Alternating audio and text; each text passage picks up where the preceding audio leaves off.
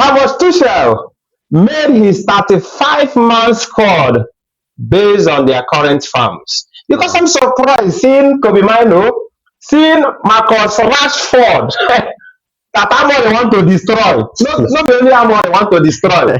There, I'm seeing another guy here. I'm seeing Lewis Hall here. And I'm also seeing a Heavy Barnes here. God go bless. Michael Carrick. When you look at Kobe Mino under Carrick, he's a different player. Exactly. You understand? Around last year, or let's say January, there were rumors that he was pushing out. No, you want to leave. So that he can get several minutes, so that he can get regular minutes, Yeah. And this call up now is a huge boost for him. This is what he wanted. You understand? And the way he's going to prepare him for the World Cup. Yeah, the way I'm seeing this call up now means Kobe Mino have the tendency, the possibility of playing for World Cup. Yeah, definitely. If Kobe Mino make it to these friendlies now, his performance is not going to be bad. He's going to be playing in a good environment. The players around him are all good players. So him going to these friendlies now is a big boost. He's going to show himself. We all know what he can do. It's a good. I know it's a big boost, but even though if Kobe Mino want to play, maybe they will put him within that 70, 75 because he will not bench Declan Rice. Declan Rice is here. Bellingham is there here. James Garner is here. Henderson is here. The thing is, Adam Wanton is here too. Don't miss out on this.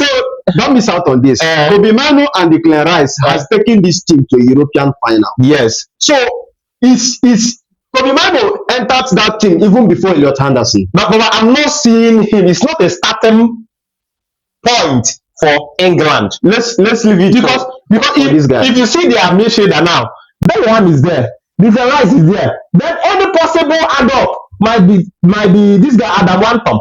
Yeah, but when you look at when Kobe Mino broke into this team, Declan Rice was there. Even Declan was on top. Henderson said, I'm still afraid of Bellingham because Henderson might bench Bellingham. See, the thing is, I don't think Kobe Mino is dragging position with Bellingham. Yeah, Bellingham and Rice and Kobe Mino, I think, can partner in that midfield. Bellingham, Kobe Mino, Declan Rice, or even Anderson, Kobe Mino, and Bellingham or Rice can partner. That midfield is very, very flexible. That's why I love it. You understand? Yeah. So I think Thomas Tuchel made some right calls. Okay, for their defender purposes now, I'm seeing Mike Angui and Harry Maguire another problem because number one, Johnston is here.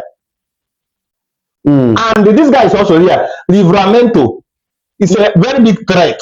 Yeah, Livramento is a good left back. Yes, no doubt. But when you look at Maguire and Goya, I think two of them are going to start. Maguire in the national team has been undroppable. I've never seen Maguire sit on the bench in the England team. Every time he's been called up, he's playing. You understand? Yeah. So even in the last World Cup, he was among the best players of that tournament. So I see Maguire and Goya going into that 5 and 6 position. Okay. For the attackers now, there Marcus Rashford. I'm not seeing him benching working against Anthony Gordon's because that is his position. When you come to this national team, number 9 is Harry Kane. Yes, undroppable. Sure. Right is Bukayo Saka. So between Gordon and Rashford recently, I think Gordon is going to start. Yeah. Even in the last England games, Gordon has been the one playing there. But something you cannot take away from Rashford is his experience. He broke into that team before Gordon, and he's been to World Cup. He's been to but we need to tell ourselves the truth. Gordon is in a scintillating form. In the 4 rows. I don't see him benching. Rashford benching him. I'm not seeing him. Well, Rashford came in as a substitute in the last World Cup, and what he did, you can attest to. The free kick he scored, that was awesome. That was world class. You understand? So what Rashford can give you is not something you can just shift away like that. So let's just leave it for Thomas Tuchel. But I believe Rashford has the ability to break into that team. He has been in that team before. Okay, let's talk about their game against Uruguay, and the second game is supposed to be on Japan.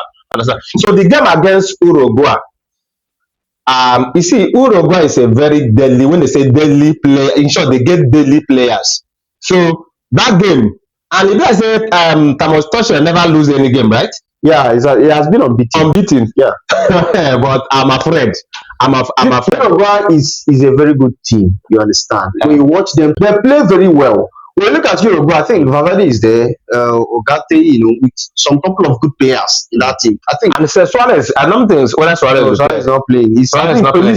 Pelistri is there now, Well, England should be winning Uruguay. You understand? I know that Uruguay play some good football, but when you look at the quality, but since this Thomas Tuchel take over the England as a coach, he never play any strong country like Spain. Portugal, I don't think he needs to play Spain to prove what he can do. We have seen him coach Chelsea. We have seen him win trophies. You understand? With the quality of players. No, he's supposed to do that because definitely everything he will still meet those strong maybe for semi-final or final or quarter-final for World Cup. So of course he's supposed to. I think his main problem self is Japan, not even Uruguay. I see Japan playing football that Uruguay doesn't even play. Of recent, Japan has been a very strong team. So I think the game against Japan is going to tell what these players will do in the World Cup.